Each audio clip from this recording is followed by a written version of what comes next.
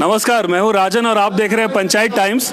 हमारी चुनाव यात्रा इस समय कोडरमा लोकसभा के इलाके में पहुंच चुकी है। आप में से जो लोग ऑल इंडिया रेडियो सुनते होंगे वो इस जगह का नाम जानते होंगे। इस समय हम लोग झुमरी तिलैया के इलाके में बैठे हुए हैं, जिसके बारे में कहा जाता है कि ऑल इंडिया रेडियो पर, आकाशवाणी पर सबसे ज़्यादा गानों की फरमाइश यहीं से आती है। लेकिन ये जगह एक और वजह से चर्चा में है। वजह यह है कि पूरे देश में लोगों को लग रहा है कि उत्तर भारत में कम्युनिस्ट पार्टी तो माना जाता है कि केरल और बंगाल तक सीमित है, लेकिन उत्तर भारत में अगर कम्युनिस्टों का कहीं कोई प्रेजेंस है तो लोग कह रहे हैं कि बेगूसराय में है, जहां से कन्हैया कुमार चुनाव लड़ रहे हैं। लेकिन ये बात थोड़ी सी गलत है, क्योंकि कन्हैया कुमार की जो बेगूसराय सीट है वहां पर सीपीआई को, उनकी जो पार्टी है लेफ्ट की, उसको लगभग 1,90,000 वोट आता है। ये सीट, कोडरमा लोकसभा सीट, उत्तर भारत में लेफ्ट की सबसे मजबूत सीट है, क्योंकि यहाँ पिछले चुनाव में 2,40,000 से 60,000 के करीब वोट सीपीआई एमएल को मिला था। पिछले चुनाव की अगर बात की जाए तो यहाँ से भारतीय जनता पार्टी के रविंदर राय जीते थे, जिनको 3,60,000 के करीब वोट मिला था, और दूसरी नंबर पर कम्युनिस्ट पार्टी सीपीआई एमएल थी, जिसको लगभग 2,40,000 से 2,60,000 के करीब वोट मिला था। तो वोट टर्म्स में यहाँ पर लेफ्ट पार्टी की उत्तर भारत की सबसे मजबूत सीट ये है। इसके अलावा जो कैंडिडेट थे राजकुमार यादव सीपीआई एमएल के, वो अभी विधायक हैं धनवार सीट से। इस इलाके में सीपीआई एमएल की प्रेजेंस काफ़ी पुरानी भी रही है। इस बार के चुनाव में सीपीआई एमएल से वो फिर से मैदान में है, और यहाँ से संयुक्त गठबंधन ने प्रत्याशी बनाया है बाबूलाल मरांडी को, जिनकी अपनी पार्टी जेवीएमपी जेएमएम के साथ में, कांग्रेस के साथ में और आरजेडी के साथ में एक महागठबंधन में है। तीसरे प्रत्याशी तो दो ये प्रत्याशी हो गए, तीसरी भाजपा जो है उसने यहाँ से प्रत्याशी बनाया है अन्नपूर्णा देवी को।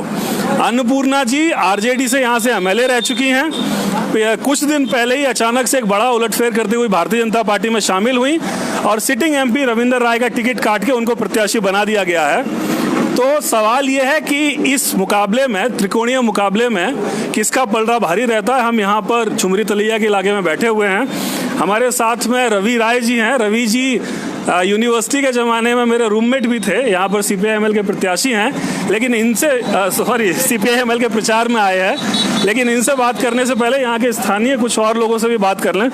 सर, आप यहीं के रहने वाले हैं? हम लोग नहीं बोलते, हम लोग तो नेता है नहीं। आप नेता? हम लोग तो नहीं, हम लोग तो जनता हैं। आप जनता हैं, लेकिन वोट तो है ना आपका? वोट तो देते हैं, लेकिन मोदी जी वोट देते हैं। हम लोग मोदी जी को वोट देते हैं। तो आपको लग रहा है कि यहाँ मुकाबला मोदी जी यानी अन्नपूर्णा देवी से होगा? तो सर को लग रहा है कि अन्नपूर्णा देवी जी हैं। एक भाई साहब और बैठे हुए। भाई साहब, आप यहीं के रहने वाले हैं? अच्छा, तो एक स्थानीय वोटर मिले जो कि मोदी जी की बात कर रहे हैं। भाई साहब, आप भी यहीं के रहने वाले हैं ना? जी। और आप सीपीआई-एमएल के कार्यकर्ता भी हैं? जी। तो आपको क्या लग रहा है, आपकी पार्टी जीत रही है इस बार? मेरी पार्टी 2014 के मोदी जी के प्रचंड लहर जो रही थी, उसके मुकाबले में ऑल इंडिया में कम्युनिस्ट पार्टी के भाकपा माले के जो हमारा कोडरमा सीट जो थी, मैं यहाँ 3.25 लाख वोटों के साथ में मोदी जी की लहर को मैंने रोकने का प्रयास किया, और हद तक रुक गई थी। लेकिन पूरे कोडरमा लोकसभा के कुछ विधानसभा में मोदी जी की लहर काम कर गई, जिससे उनके चलते प्रत्याशी रविंदर राय जीत गए और हम लोग कुछ वोटों से चूक गए। लेकिन इस बार 2019 के इस चुनाव के समर में इस बार भाजपा का जो स्थिति है वो आप समझ सकते हैं कि कोडरमा लोकसभा के प्रत्याशी को उतारने में नरेंद्र भाई मोदी जी और उनके अध्यक्ष अमित शाह जी को पता चल गया, पसीना बहाना पड़ा। 1 महीना तक काफी मंथन के बाद कोडरमा लोकसभा में दूसरे पार्टी से आया है अन्नपूर्णा मैडम को, जिनका खुद विधानसभा में जमानत जब्त हो चुकी है, लेकिन उनको लाया गया है। नहीं, ठीक है, ठीक है, क्या है, ठीक कर सकते हैं। ठीक है, तो ये दो हमने स्थानीय लोगों से बात की, एक भारतीय जनता पार्टी के समर्थक, दूसरे सीपीआई-एमएल के।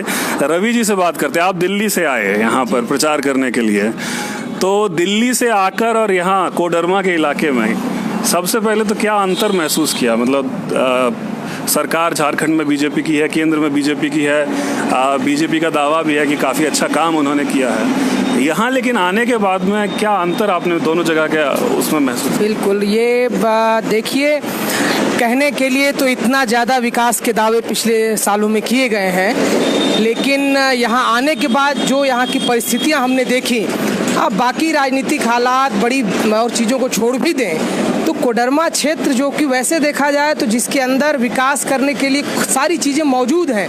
ये इलाका आप जानते होंगे माइका के लिए, अभ्रक के लिए फेमस है। 2014 में मोदी जी का यहाँ का भाषण बहुत फेमस था। इसमें उन्होंने कहा था कि मैं इस चुनाव में अगर हमारी सरकार बनती है तो इस इलाके के नौजवानों के भविष्य को, इस इलाके को हम माइका की तरह, अभ्रक की तरह हम चमका देंगे। आज यहाँ पर आप आए हैं, आप खुद देखिएगा, यहाँ पर 10 से 12 घंटे यहाँ बिजली नहीं रहती, जबकि यहीं पे बगल में दामोदर वैली की परियोजना है जहाँ से बिजली का निर्माण होता है। लेकिन इस कोडरमा झुमरी तलैया में 10 से 12 घंटे बिजली नहीं रहती।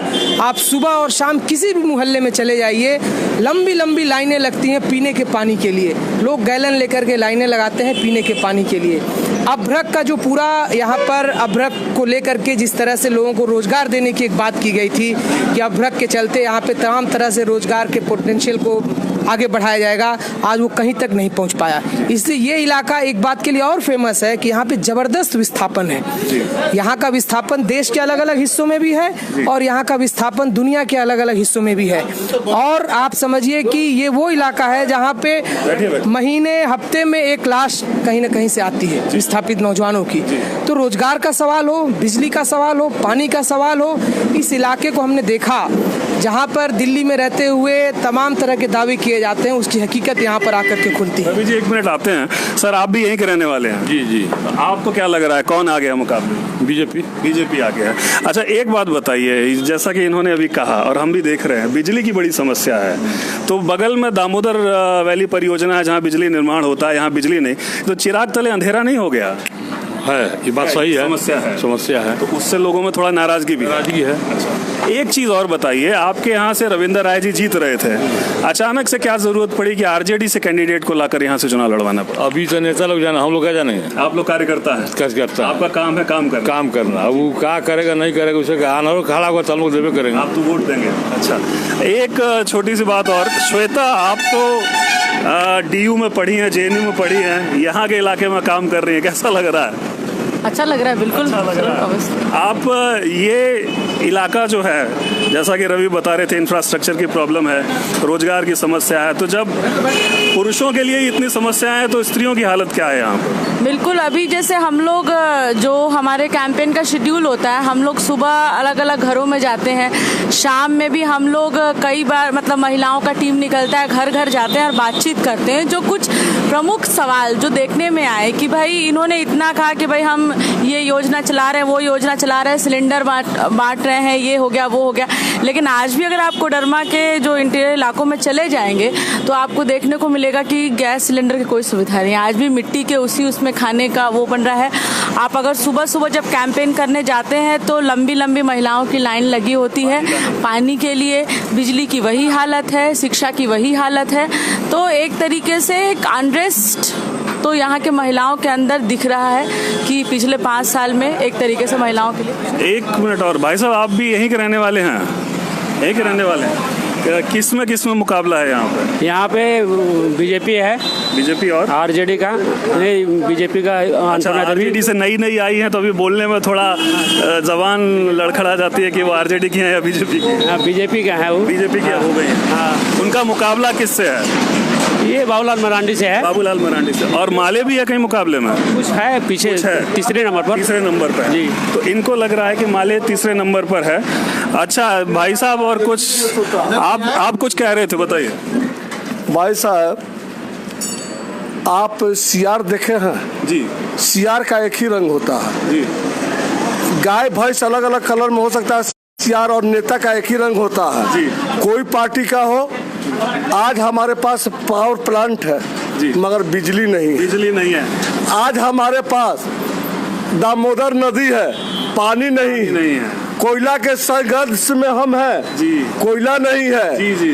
जंगली क्षेत्र कहलाते हैं हम लोग, लकड़ी नहीं। बहुत सही है, बहुत अच्छी बात कह रहे थे रवि जी। आप ही की बात को एक तरीके से इन्होंने दूसरे तरीके से आर्टिकुलेट किया कि जो संसाधन के ऊपर बैठे हो, संसाधन के भंडार पे बैठे हुए हैं और उस संसाधन का उपभोग जो है स्थानीय जनता नहीं कर पा रही। बिल्कुल, यही एक आश्चर्य की बात है और ये केवल यहाँ की नहीं बल्कि पूरे झारखंड की स्थिति है। और केंद्र में भी भाजपा की सरकार थी और यहाँ भी है, यहाँ भी है, और कहने के लिए भाजपा के लोग इसको डबल इंजन की सरकार कहते हैं। लेकिन उस डबल इंजन की सरकार के बावजूद जो है जो स्थिति है, आप पूरे झारखंड में आपको ये दिखाई देगा कि तमाम तरह के प्राकृतिक संसाधन हर चीज़ के होने के बावजूद लोगों की ज़िंदगी में कोई बेहतरी नहीं हुई। इसीलिए इस बार कोडरमा में भी और वहाँ पर भी, और दूसरी तरफ जो लोग लड़ाई लड़ने वाली ताकत रहे हैं, इन मुद्दों को बनाया है, इससे घबरा के ही कहीं न कहीं इस बार ये स्थिति बनी कि कोडरमा के भीतर इनको अपने प्रत्याशी को वापस लेना पड़ा। जो जीते हुए इनके 10 साल के एमपी हैं, उनको भी लड़ाने की इनकी हिम्मत नहीं हुई। तो त्रिकोणीय मुकाबला इस सीट पर है। देखना है कि ये त्रिकोणीय मुकाबला किस पार्टी और किस प्रत्याशी के पक्ष में जाता है। लोकसभा चुनाव से जुड़ी हुई हलचलें हम आप लोगों तक यूं ही पहुंचाते रहेंगे। भारत के पश्चिमी छोर से पूर्वी सीमा तक लोकसभा चुनाव की ग्राउंड रिपोर्ट, पश्चिम से पूरब चुनाव यात्रा 2019।